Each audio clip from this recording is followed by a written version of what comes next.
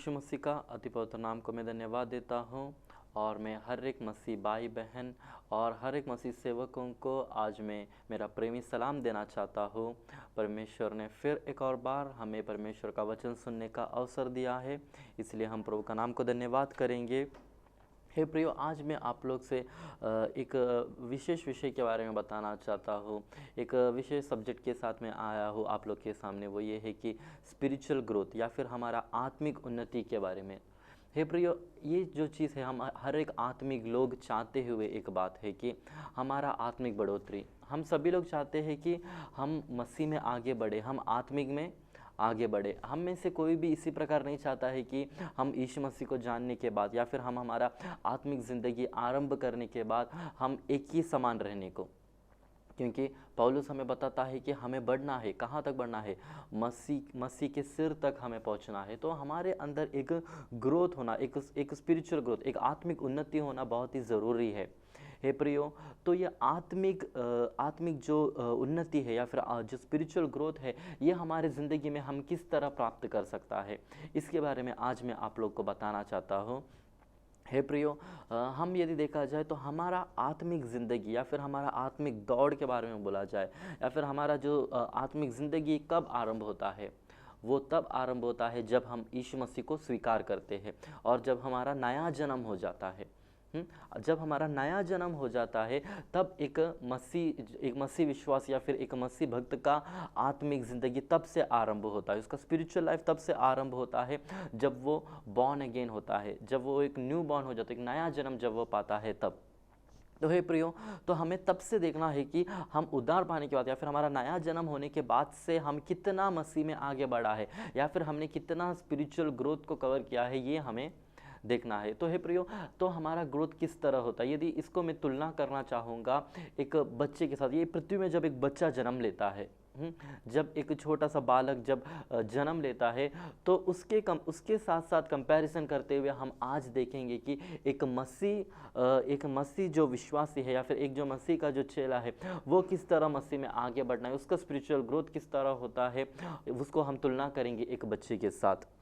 हे प्रियो, तो यदि देख लिया जाए तो एक बच्चे में जब वो जन्म होता है तो 7 प्रकार के कार्य उसको दिया जाता है या फिर 7 प्रकार का कार्य उसके ऊपर किया जाता है, उसके अंदर होता है, जिसके द्वारा उसका ग्रोथ होता है। तो उसी प्रकार एक नया जन्म पाया हुआ व्यक्ति के भी जीवन में यही सारी बातें होता है। तो सबसे पहला बात ये होता है कि जब एक बच्चा जन्म लेता है या फिर एक बच्चा जब अपने माँ के गर्भ में जब उत्पन्न होता है, तभी हम समझना चाहिए कि वो बच्चा जन्म हुआ या फिर वो बच्चा जन्मा है कर कैसे हम पता करता है। हम ऐसे पता करता है जब वो सांस लेने लगता है, जब उसका ब्रीथिंग आरंभ होता है। जब उसका ब्रीथिंग आरंभ होता है तब वो है सबसे पहला स्टेज। वो बच्चा जीवित है कर हम पक्का करते स्टेज वो है जब वो सांस लेने लगता है, जब वो ब्रीथिंग करता है। तो हे प्रियो, जो नया जन्म पाया हुआ एक भक्त या फिर नया जन्म पाया हुआ एक मसीह विश्वासी का भी जो सबसे पहला स्टेप वो मसीह में आगे बढ़ने का, उसका आत्मिक जिंदगी या फिर उसका आत्मिक उन्नति का सबसे पहला स्टेप ये होता है कि सांस लेना। तो किस तरह से सांस लेता है कर हमें देखना है। ये जो सांस लेने का कार्य आदि कलीसिया से आरंभ हुआ है, आदि कलीसिया से आरंभ हुआ था उनका सांस लेने का कार्य। ये सांस लेने का कार्य और कुछ नहीं है। एक मसीह व्यक्ति या फिर एक विश्वासी की ओर देख लिया जाए तो सांस लेना मतलब ये होता है कि प्रार्थना करना। आदि कलीसिया ये करते आए थे। उसके लिए हम एक वचन पढ़ेंगे, प्रेरितों की किताब उसका दूसरा अध्याय उसका 42 वचन जब हम पढ़ते हैं। प्रेरितों की किताब दूसरा अध्याय उसका 42 वचन जब हम पढ़ते हैं तब हम वहाँ पर देखते हैं कि और वे प्रेरितों से शिक्षा पाने और संगति रखने और रोटी तोड़ने और प्रार्थना करने में लवलीन रहे। ये वहाँ पर हम देख सकता है कि प्रार्थना करने में लवलीन रहे, अर्थात हर एक जन जो जब सबसे पहला कलीसिया स्थापित हुआ और जब सबसे पहले लोगों ने नया जन्म पाया, पवित्र आत्मा का जब नया जन्म पाया, तो उन्होंने किया हुआ एक बात ये था कि प्रार्थना। हे प्रियो, हम समझना चाहिए प्रार्थना में वे लोग लवलीन रहे कर वहाँ पर लिखा है। तो प्रार्थना हमारे ज़िंदगी में बहुत ज़रूरी है। अर्थात एक मसीह जो व्यक्ति है उसका सांस मतलब प्रार्थना होता है, उसका श्वास, उसका ब्रीथिंग मतलब ये होता है कि उसका प्रार्थना। हे प्रियो, हम समझ सकता है कि यदि हम ब्रीथिंग नहीं करते, यदि हम श्वास नहीं लेते हैं तो हम मर जाएंगे। एक साधारण बच्चे के बारे में देख लिया जाए तो अगर वो श्वास नहीं लेता है तो तुरंत उसको क्या देते हैं, डॉक्टर लोग जल्दी उसको मास्क लगाते हैं, ऑक्सीजन मास्क लगाते हैं, उसको श्वास देता है, क्योंकि श्वास बहुत ही ज़रूरी है वो बच्चे को आगे बढ़ने के लिए। उसी प्रकार हे प्रियो, हम जो नया जन्म पाया हुआ लोग हैं, हमारे लिए सबसे मुख्य बात ये होता है, या फिर सबसे पहला कार्य ये होना चाहिए कि प्रार्थना। हे प्रियो, हमारे अंदर एक अच्छा एक प्रार्थना जिंदगी होना चाहिए। हे प्रियो, हम पहला थिस्सलुनी 5:17 पर इस प्रकार बताता है कि हम क्या करना है, नित्य प्रार्थना करना चाहिए। हम नित्य प्रार्थना करना चाहिए। प्रार्थना में यहाँ पर लिखा है कि लव इन रहे, और थिस्सलुनीकियों में लिखता है कि हम नित्य प्रार्थना करना चाहिए। हे प्रियो, एक प्रार्थना जिंदगी हमारे जीवन में बहुत ही ज़रूरी है। वही है जो हमें हमारा आत्मिक उन्नति देता है। हे प्रियो, मतलब हमारे अंदर एक ग्रोथ होना है तो प्रार्थना बहुत ही ज़रूरी है। प्रार्थना मतलब क्या होता है? प्रार्थना मतलब हम सभी को पता है कि प्रार्थना मतलब परमेश्वर से बात करना होता है। हे प्रिय, हमारा ये ज़िंदगी आत्मिक ज़िंदगी है। ये आत्मिक ज़िंदगी में हम आगे बढ़ना है तो हमारा परमेश्वर के साथ एक अच्छा एक रिलेशन होना बहुत ही ज़रूरी है। हे प्रियो, आज हम स्वयं परख कर देखेंगे कि हम कितना समय प्रार्थना में बिताते हैं। हे प्रियो, या फिर हम कितना टाइम प्रार्थना करते हैं। हम एक मिनट यदि श्वास नहीं लेते हैं तो हम क्या हो जाते हैं, हमको सफोकेशन होता है, हमें तकलीफ होता है। हे प्रियो, ऐसा है तो नया जन्म पाया हुआ एक विश्वासी कितना प्रार्थना करना चाहिए, एक दिन में कितना प्रार्थना करना चाहिए। दानियल के बारे में हम पढ़ते हैं कि दानियल दिन में 3 टाइम प्रार्थना करता था। हे प्रभु, आज भी ऐसे अनेक भक्त लोग हैं जो घंटों घंटों प्रार्थना करता है। अनेक ऐसे प्रभु के दास लोग हैं जो प्रार्थना में बहुत ही शूरवीर है। हे प्रभु, हमें भी ऐसा बनना है, हमें भी इसी तरह प्रार्थना करना है, क्योंकि प्रार्थना ही है जो हमारा आत्मिक जीवन में हमारा श्वास के समान है। ये प्रार्थना है तो हमारा ग्रोथ होएगा, ये प्रार्थना है तो हमारा परमेश्वर के साथ एक अच्छा एक रिलेशन रहेगा। हे प्रियो, हम समझने की बात यह है कि प्रार्थना मतलब, मैंने जब वही बता कर आ रहा था कि प्रार्थना मतलब परमेश्वर के साथ हमारा बातचीत। हे प्रियो, हम अनेक बार प्रार्थना करते हैं, हम हमारे विषयों को बोलते हैं, हम हमारे विषयों को परमेश्वर के सामने रखते हैं। हम बोलते हैं कि प्रभु मुझे ये विषय है, ये विषय। हम प्रार्थना मतलब ये समझते हैं। हे प्रियो, लेकिन प्रार्थना मतलब is not just a one way. प्रार्थना मतलब केवल एक रास्ता वाली चीज़ नहीं है। It is not a one way. वो क्या है? वो दोनों तरफ से, दोनों डायरेक्शन से होना चाहिए। प्रार्थना मतलब हम परमेश्वर से बोलना चाहिए और परमेश्वर क्या बोल रहा है कर हम सुनना चाहिए। हे प्रियो, हम में से कितने लोग ये बात को हम में से कितने लोग ऐसे करते हैं, मतलब प्रार्थना करते टाइम हम कितने लोग परमेश्वर की आवाज़ सुनने को तरसते हैं, या फिर हम कितने लोग परमेश्वर की आवाज़ सुनते हैं हमारी प्रार्थना में। हे प्रियो, पौलुस के बारे में जब हम पढ़ते हैं, प्रेरितों का किताब ही 9वें अध्याय का 11वां वचन जब हम पढ़ते हैं, तब हम वहाँ पर देख सकता है कि पौलुस क्या किया। जब उसने नया जन्म पाया तब वो हम वहाँ पर देख सकते हैं कि उसने प्रार्थना किया कर लिखा है। वहाँ पर हम देख सकते हैं कि तब प्रभु ने उससे कहा, उठकर उस गली में जा जो सीधी कहलाती है, और यहूदा के घर में शाऊल नामक एक तरसुसवासी को पूछ, क्योंकि देख वह प्रार्थना कर रहा है। वहाँ पर हम देख सकता है कि पौलुस, जब उसने मसीह के साथ उसका मुलाकात हो गया, जब उसका नया जन्म हो गया, तब वो वहाँ पर बैठकर प्रार्थना करने लगा। हे प्रिय, पौलुस प्रार्थना कर रहा था। हे प्रिय, हमें भी प्रार्थना का बहुत ही ज़रूरी है। हम भी प्रार्थना करना चाहिए। हम देखते हैं कि पौलुस ने प्रार्थना कर ये जान लिया कि आगे का उसका सेवकाई क्या है, आगे उसको किस तरह बढ़ना है। हे प्रिय, हमारे ज़िंदगी में भी, मसीह ज़िंदगी में हमें किस तरह आगे बढ़ना है, हमें समझना है, तो वो हमें परमेश्वर से पूछना होगा, और वो हम प्रार्थना के द्वारा ही पूछ सकता है। हे प्रियो, कोलोसियों 4:3 में इस प्रकार बताता है कि प्रार्थना में लगे रहो। हे प्रियो, हर एक वक्त हम सभी का मसीह जीवन में आगे बढ़ने का सबसे पहला स्टेप ये होता है कि प्रार्थना, अर्थात श्वास लेना। एक बच्चा श्वास लेता है तो वो जीवित रहता है। आज आप लोग को मसीह ज़िंदगी में जीवित रहना है, यदि मसीह ज़िंदगी में आप लोग को आगे बढ़ना है, एक उन्नति प्राप्त करना है, तो आप लोग को प्रार्थना करना बहुत ही ज़रूरी है। हे प्रियो, दूसरा बात हम देख सकता है कि प्रार्थना करना, दूसरी बात ये है कि हम समझ सकते हैं कि उसको वो पहले श्वास लेता है। दूसरी बात ये है कि उसको क्या देते हैं, उसको पोषण देता है, अर्थात उसको नरिशमेंट देता है। वो बच्चा जो जन्म होता है वो श्वास लेता है, तो जब वो जन्म हो जाता है तो सबसे पहले उसको क्या देता है, उसको माँ का दूध देता है। उसको थोड़ा थोड़ा कर फिर उसको भोजन देने लगता है, उसको थोड़ा थोड़ा लाइट फूड देता है, अर्थात उसको पोषण देता है, अर्थात उसको नरिशमेंट देता है। सबसे पहला नरिशमेंट ये होता है कि उसको क्या देते हैं, माता का दूध देते हैं कर हम समझ सकता है। हे प्रियो, हमें भी इसी तरह से निर्मल आत्मिक दूध पीने का बहुत ही ज़रूरी है। हम पहला पत्रस दूसरा अध्याय का दूसरा वचन जब हम पढ़ते हैं तब वहाँ पर इस प्रकार लिखा है, पहला पत्रस दूसरा अध्याय का दूसरा वचन हम जब देखते हैं तब वहाँ पर इस प्रकार लिखा है, नए जन्मे हुए बच्चों के समान निर्मल आत्मिक दूध की लालसा करो ताकि उसके द्वारा उद्धार पाने के लिए बढ़ते जाओ। हे प्रिय, यहाँ पर हम देख सकता है कि नए जन्मे हुए बालक के समान निर्मल आत्मिक दूध की लालसा करो। एक बच्चा जब जन्म लेता है तब उसका लालसा ये होता है कि मुझे दूध पीना है, दूध पीना है। वो रोता है, अगर उसको वो नरिशमेंट, अगर उसको वो पोषण नहीं मिलता है तो वो क्या करता है, वो रोता है। हे प्रियो, हमारे ज़िंदगी में भी हमें यदि आगे बढ़ना, यदि हमें नरिशमेंट मिलना है, यदि हमें पोषण मिलना है तो वो और कुछ नहीं है, वो ये परमेश्वर का वचन है। आमीन, हालेलुया। हे प्रियो, हम ये वचन दर दिन पढ़ना चाहिए, ये वचन दर दिन हम खाना चाहिए। ये जो है ये खाने का वचन है, ये वचन हम दर दिन खाना चाहिए। यहाँ पर लिखा है कि निर्मल आत्मिक दूध हमें क्या करना चाहिए, पीना चाहिए। और यदि आप लोग आगे देखते हैं तो यिर्मयाह 15 का 16 वचन पर इस प्रकार बताता है कि परमेश्वर का जो वचन है वो खाने के लिए भोजन है। वहाँ पर हम देख सकता है कि वो ये खाने के लिए भोजन है कर बताया गया है। और प्रेरितों की किताब ही जो वचन हमने पढ़ा था, प्रेरितों की किताब दूसरा अध्याय का 42 वचन पर फिर मैं आता हूँ, वहाँ पर ऐसा लिखा है कि और वे प्रेरितों से शिक्षा पाने, अर्थात वे लोग शिक्षा पाने के लिए, अर्थात वचन सीखने के लिए वे अलग किया। हे प्रियो, हमारे ज़िंदगी में यदि आप लोग को आगे बढ़ना है तो वचन का बहुत ही ज़रूरी है।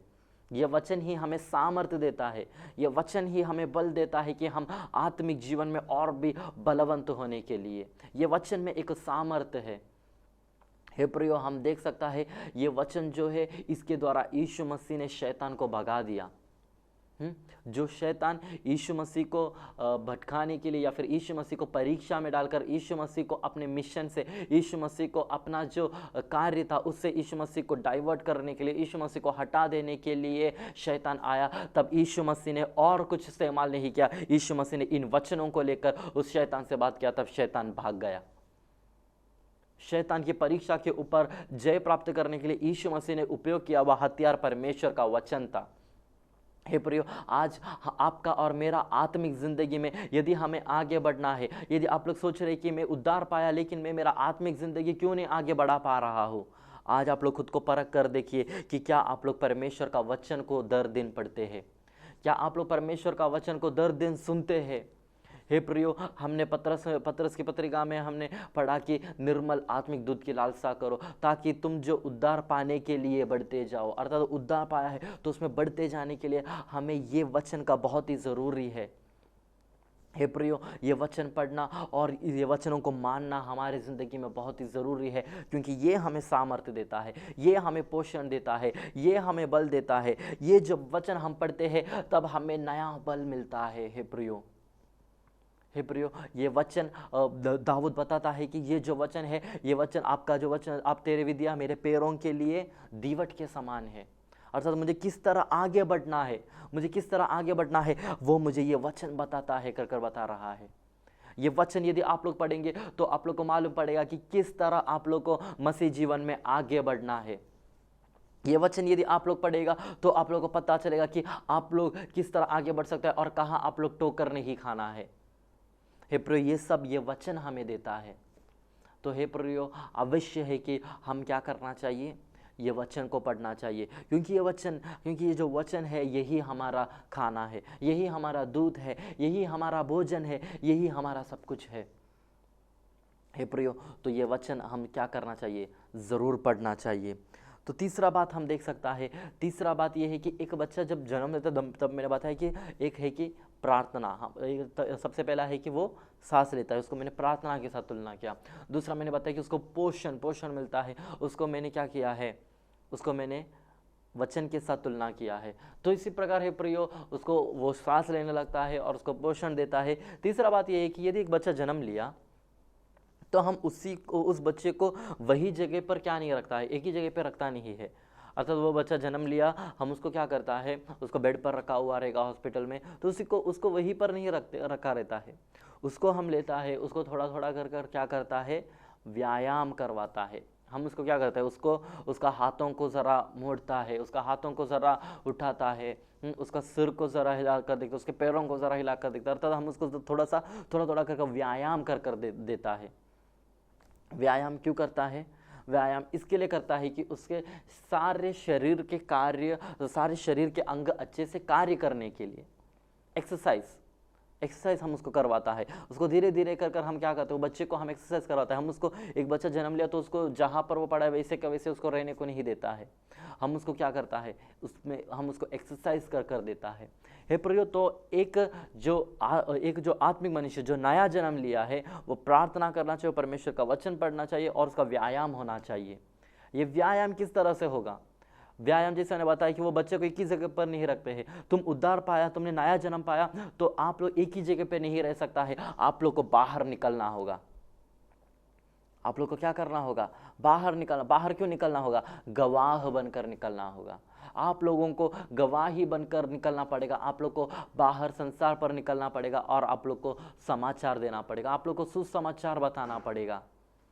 हम वहाँ पर देख सकता है कि आदि कलीसिया यही कार्य किया करता था। हम प्रेरितों की किताब उसका 8वें अध्याय, उसका पहला और चौथा वचन यदि हम पढ़कर देखते हैं, प्रेरितों की किताब 8वें अध्याय उसका पहला वचन जब हम पढ़ते तब वहाँ पर इस प्रकार लिखा है, शाऊल उसके वध में सहमत था। उसी दिन यरूशलेम की कलीसिया पर बड़ा उपद्रव आरंभ हुआ और प्रेरितों को छोड़ सबके सब यहूदिया और सामरिया देश में तितर बितर हो गए। वहाँ पर हम देख सकता है कि आदि कलीसिया में क्या हो गया? आदि कलीसिया में उपद्रव आरंभ हो गया, तो प्रेरितों को छोड़ बाकी सब जितने भी लोग थे वे सभी लोग तितर बितर हो गया। तितर बितर हो गया वो लोग क्या किया है करके चौथा वचन पर लिखा है। 8 का चौथा वचन जब हम पढ़ते वहां पर लिखा है, जो तितर बितर हुए थे वे सुसमाचार सुनाते हुए फिरे। हे प्रिय, वहां पर हम देख सकता है कि जिन लोग तितर बितर हो गए थे वे लोग क्या कर रहा है? वे लोग अब सुसमाचार सुना रहा है। हे प्रियो, तो सुसमाचार सुनाना कलीसिया का कार्य था। परमेश्वर यीशु मसीह ने बोला कि तुम जगत के चोर चोर तक जाकर तुम मेरे गवाह बनो। और हम देख सकता है कि यीशु मसीह ने कहा कि जब ये समाचार सारा पृथ्वी पर सुनाया जाएगा तब इस दुनिया का अंत होगा, तब समय का अंत होगा। तो हे प्रियो, तो ये सुसमाचार सुनाना बहुत ही जरूरी था। लेकिन हम देखते हैं कि वो लोग सुसमाचार ना सुनाने के कारण, आदि कलीसिया सुसमाचार ना सुनाने के कारण आदि कलीसिया ने क्या किया? जितने लोग उद्धार पाते थे, जितने लोग नया जन्म पाते थे, वे लोग सब लोग क्या करते थे? एक ही जगह पर इकट्ठा होते थे। वे लोग सब लोग क्या करते थे? अपना जो भी थे सब कुछ बेच डालकर सेवकाई में आते थे। लेकिन सेवकाई वे लोग यरूशलेम में ही थे सभी लोग। यीशु मसीह ने कहा कि जब तक तुम सामर्थ्य ना पाओगे तब तक तुम यरूशलेम में ठहरे रहो।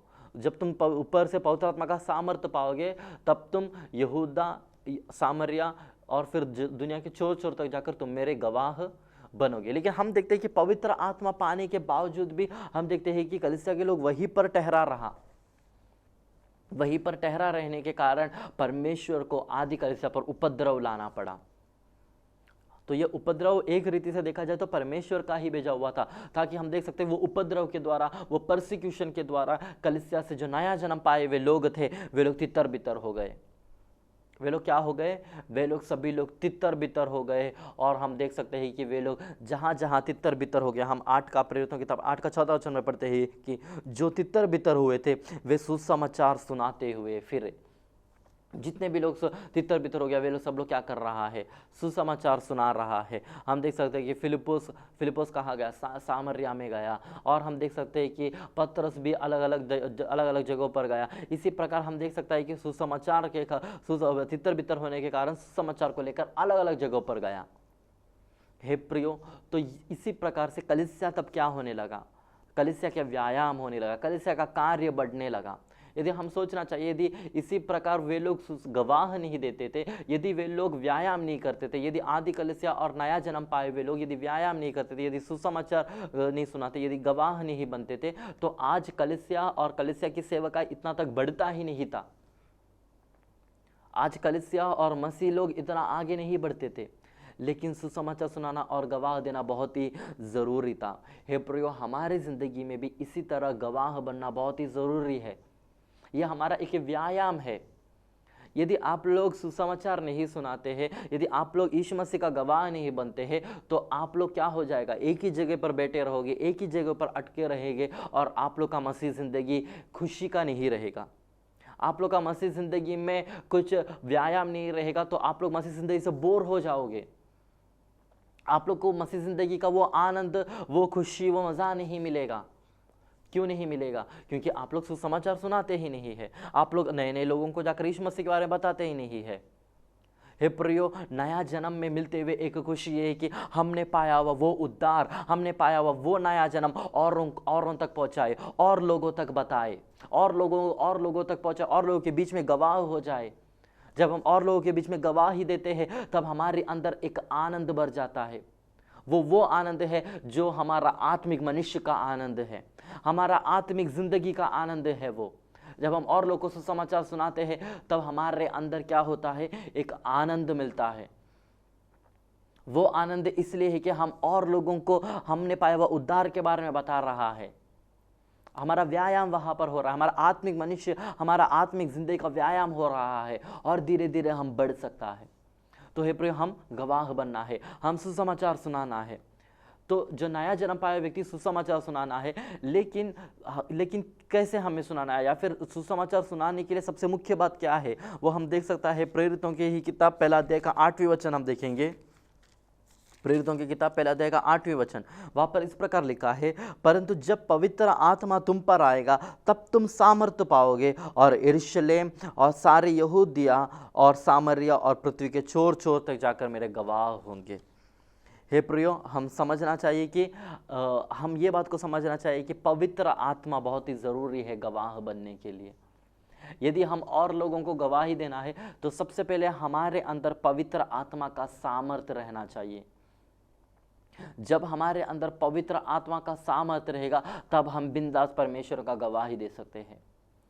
हे प्रियो, मैं से अनेक लोगों को जानता हूँ जिन लोगों ने जब पवित्र आत्मा पाया, तब उनके अंदर एक प्रत्येक सामर्थ्य और एक प्रत्येक जोश आया परमेश्वर की सुसमाचार सुनाने के लिए। हे प्रियो, आप लोग खुद देख सकते हैं, जब आप लोग पवित्र आत्मा, यदि आप लोग पवित्र आत्मा पाया हुआ है, तो पवित्र आत्मा पाने का पहले आप लोग का मसीह जिंदगी किस तरह था, पवित्र आत्मा पाने के बाद आप लोग का मसीह जिंदगी किस तरह है। यदि आप लोग सचमुच पवित्र आत्मा पाया है, तो आप लोग के अंदर बड़ा एक चेंज आ जाएगा। पवित्र आत्मा वो चेंज लाता है, और वो चेंज में से एक ये है कि आप लोगों को एक सामर्थ्य मिलता है कि यीशु मसीह के बारे में जाकर प्रचार करने के लिए। जब आप लोगों को पवित्र आत्मा मिलता है, तब जो लोगों को आप देखेगा, उन सब से आप लोग यीशु मसीह के बारे में और आप लोग सुसमाचार के बारे में बताएगा। आप लोग सुबह संदेश लोगों तक पहुंचाएगा, क्योंकि आप लोग के अंदर पवित्र आत्मा वो सामर्थ्य दे चुका है, और वो पवित्र आत्मा वो सामर्थ्य आप लोग को देता है। तो हे प्रियो, मैं ये बता कर रहा हूँ कि हमें गवाह बनना है, हमारा व्यायाम होना है। तो वो ये है कि हम क्या करना है, गवाही देना है। हम अनेकों को क्या करना है, गवाही देना है। तो ये गवाही क्या है, गवाही हमारा व्यायाम के समान है। तो हे प्रियो, मैंने आप लोग को बताया है कि आज मैंने आप लोग को ये बताया है कि एक आत्मिक मनुष्य किस तरह आगे बढ़ना है। आप सभी लोग चाहते हैं कि आत्मिक में आगे बढ़ना है, तो आत्मिक में आगे बढ़ने का कुछ स्टेप से हम उसको एक बालक के समान तुलना किया। उसमें से सबसे पहला हमने ये देखा कि वो बालक क्या करता है, सबसे पहला वो श्वास लेता है। सबसे पहला वो श्वास लेता है। तो उस श्वास को मैंने तुलना किया था कि प्रार्थना के साथ। हे प्रभु, यदि आज आप लोग के अंदर, आप लोग को लग रहा है कि मेरे अंदर एक प्रार्थना जिंदगी नहीं है, तो आज आप लोग वो बिल्डअप कीजिए। आज आप लोग प्रार्थना के लिए समय अलग कीजिए। प्रार्थना करने में आप लोग बैठ जाइए, नित्य प्रार्थना करते रहिए, प्रार्थना में लगे रहिए, परमेश्वर से बातचीत करते रहिए। फिर देखिए कि आप लोग का आत्मिक मनुष्य किस तरह आगे बढ़ता है, आप लोग के अंदर एक स्पिरिचुअल ग्रोथ होता है कि नहीं। दूसरी बात मैंने बताया कि पोषण। एक बच्चा जब जन्म लेता है तब उसको पोषण देता है, उसको माता का दूध देता है, उसको और थोड़ा थोड़ा खाना देता है। हे प्रियो, आप लोग नया जन्म पाया है, तो क्या आप लोग वो पोषण ले रहा है? क्या आप लोग आज वो नरिशमेंट ले रहा है जो परमेश्वर के वचन के द्वारा मिलता है? हे प्रियो, परमेश्वर का वचन आप लोगों को क्या देता है? बल देता है, सामर्थ्य देता है। तो वो आप लोग को लेना, वो आप लोग को स्वीकार करना, वो आप लोग को खाना बहुत ही ज़रूरी है। ये वचन आप लोग को खाना चाहिए, ये दर दिन ये वचन आप लोग को पढ़ना चाहिए और आप लोग को खाना चाहिए। क्योंकि ये वचन परमेश्वर का वचन जो है वो निर्मल आत्मिक दूत है और वो रोटी है जो हम रोज खाना चाहिए। और हम देख सकता है कि तीसरा मैंने ये बताया है कि जब हम ये भी कर लेते हैं तो आगे हमारा कर्तव्य होता है कि एक बालक जब जन्म होता है उसको पोषण देता है, फिर उसको एक ही जगह पे नहीं रखता, उसका व्यायाम करता है, उसको धीरे धीरे उसका हाथ पैर हिलाते हैं, उसको क्या करता है चलने को तक कोशिश करवाता है, जब समय होता है उसको धीरे धीरे चलने का कोशिश करवाता है। तो ये क्यों है? ताकि उसका व्यायाम होने के लिए। तो हे प्रियो, एक आत्मिक नया जन्म पाया हुआ मनुष्य यदि स्पिरिचुअली आगे बढ़ना, उसका स्पिरिचुअली ग्रोथ होना है, तो वो अगर आगे बढ़ना है तो उसको भी व्यायाम करना है। और व्यायाम ये है कि विटनेसिंग अर्थात गवाह बनना। जिन जिन लोगों को आप लोग मिलते हैं, आप लोग को सुसमाचार सुनाना है, आप लोग को अनेक लोगों को सुसमाचार सुनाना है। वो आप लोग का आत्मिक जिंदगी में एक व्यायाम के समान कार्य करेगा। हे प्रियो, और मैंने बताया कि ये व्यायाम हमें किस तरह से करना है, सुसमाचार हमें किस तरह से सुनाना है। हमें ये पवित्र आत्मा के सामर्थ्य के द्वारा सुनाना है, क्योंकि पवित्र आत्मा हमें इसलिए दिया गया है कि हम दुनिया के चोर चोर तक जाकर गवाह बनने के लिए। हे प्रियो, आप लोगों को भी पवित्र आत्मा यदि मिला है तो आप लोग एक ही जगह पर नहीं बैठना है, आप लोग को निकलना है और आप लोग को अनेक देशों में जाना है। आप लोग को परमेश्वर जहाँ जहाँ भेज रहा है वहाँ वहाँ जाकर आप लोग को यीशु मसीह का गवाह बनना है। आप लोग को सुसमाचार सुनाना बहुत ही ज़रूरी है। आप लोग का ऑफिस का जगह हो सकता है, आप लोग का काम का जगह हो सकता है, आप लोग का स्कूल का जगह हो सकता है, कॉलेज का जगह हो सकता है, जहाँ पर भी आप लोग जा रहे हो आप लोग गवाह बनिए। हे प्रियो, इसी तरह एक आत्मिक मनुष्य स्पिरिचुअल ग्रोथ अटेन कर सकता है। ये मैंने 3 भाग बताया है, इसका आगे का भी है जो मैं आगे के समय में आप लोग को बताऊंगा कि और आगे हमें क्या करना है। लेकिन आप अब ये सेशन में ये तीन बातों को आप लोग ध्यान रखिए कि ये 3 बातों के द्वारा ये 3 मुख्य बात है जिसमें हम आगे बढ़ना चाहिए। एक स्पिरिचुअल आत्मिक मनुष्य का बढ़ोतरी होता है। इन वचन के द्वारा परमेश्वर आप सबको आशीष करने पाए। God bless you all.